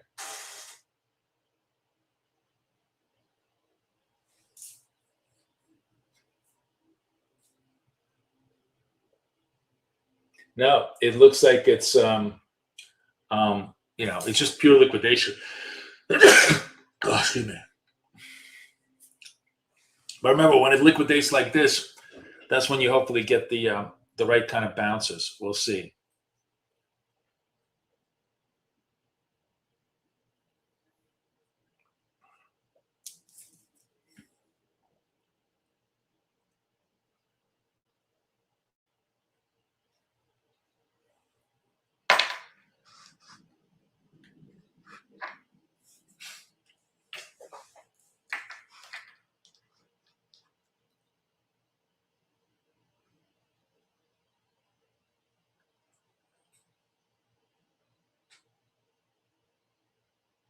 This is the first candle hasn't made new lows.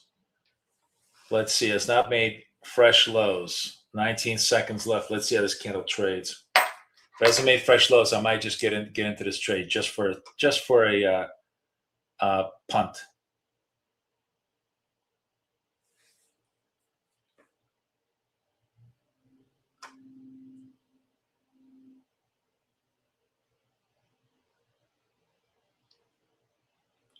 Oh, not worth it. I'm not seeing anything. I really you want it to really break the highs, not hold those, but break the highs. For now, still no green triangle.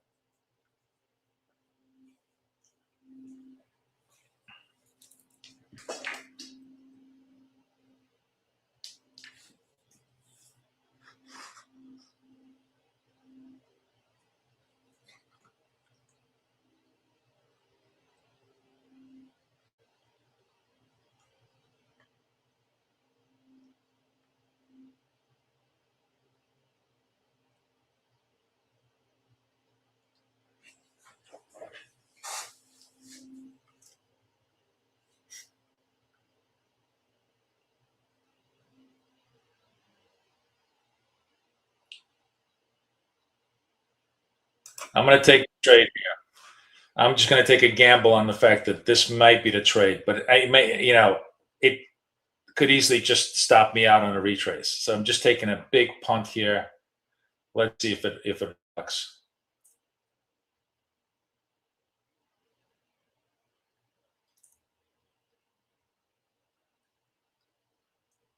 May not.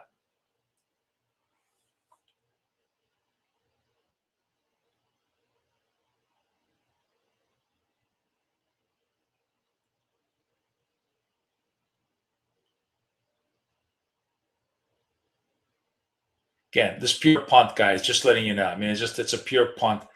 And I may be just too early. The next candle could be the one that totally turns it, but I'm just taking a punt on this thing. Let's see. Oh no, look at that. No strength whatsoever. Nope, it's not going to let me do it. It's going to take me out. Yep. No, man. Wow. It's just pure down. There's no signal. All right. It was worth fun. It was fun. It was worth a shot. I absolutely think that like the next half an hour, you're going to get a pop for like 200 points on this thing, and you will be able to do one and dones. So I may try to do this off screen, but I got to run. Thanks, guys. It was a lot of fun. It was still a lot of fun trading today, although this was a very interesting, complete drop over here that is on the verge of probably turning itself around, like right now. Like right now, it's probably turning itself around. Matter of fact, you know what? We have the where we have the wealth charts. So I still have the wealth charts accounts. Let's give it a shot. I still have like one more of the wealth charts. Let's see if I can get into the wealth charts trade. Oops.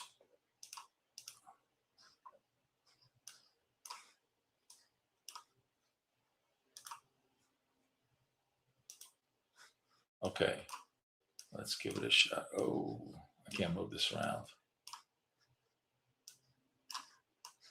Why can't I?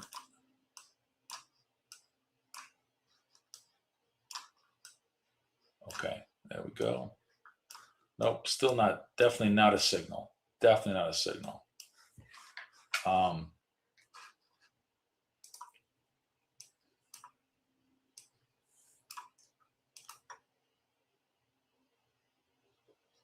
This is the 50, so this would be.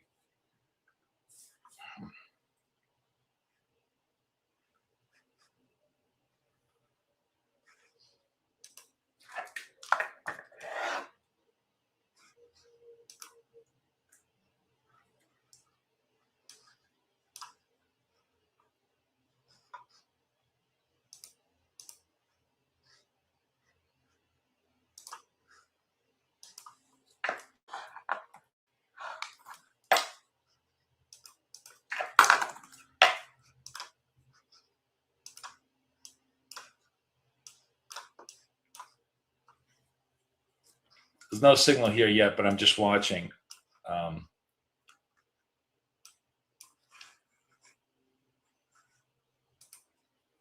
No, totally turned down. Let's see. Yeah, they're going to take out 28,000. That's the big round number. That's the number that they want to run really, really hard. And whatever bounces you get, the bounces are going to be underneath that in the 2790s and stuff like that. All right, let's see if we can get a real legit signal on here, and then we'll see if we can trade it on well charts.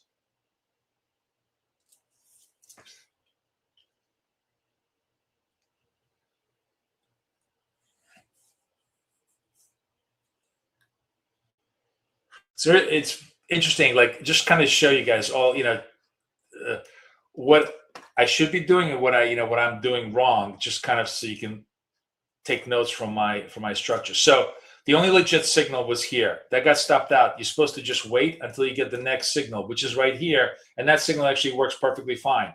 If you're just scalping away, you're totally making money. You just needed like 30 minutes worth of patience, which I did not have, right?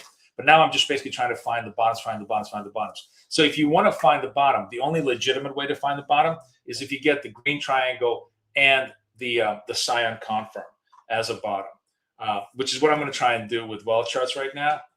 And we'll see if that plays out.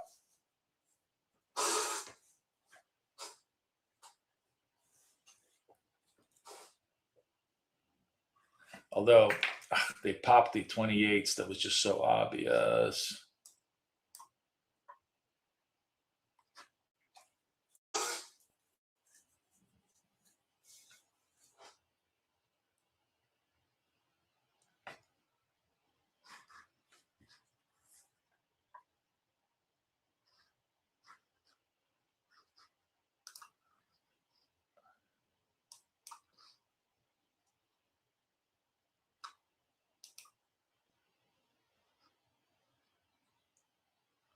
All right.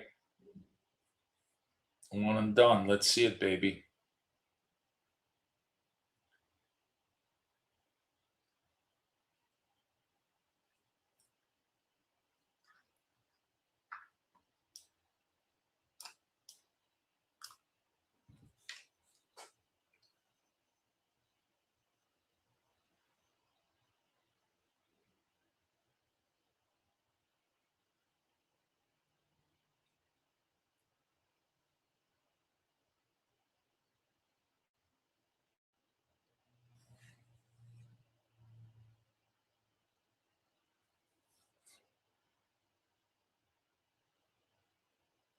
Ah,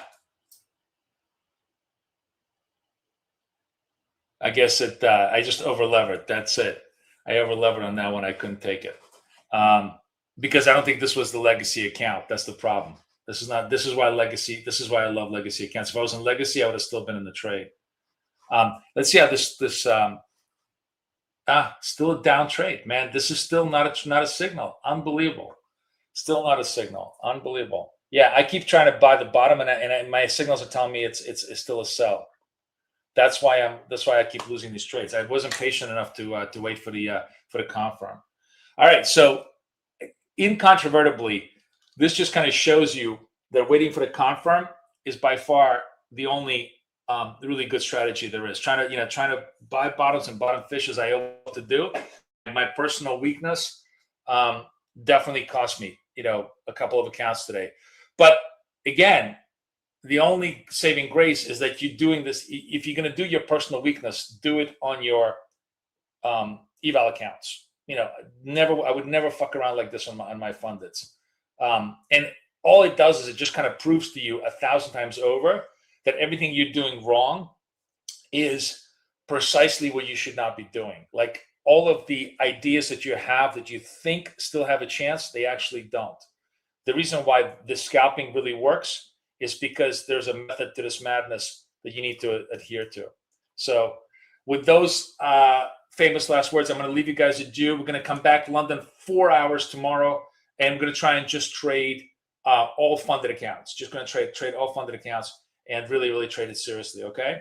Everybody have a great, great day. Thank you, guys. Thank you so much. I'll see you guys tomorrow. Take care. Bye-bye.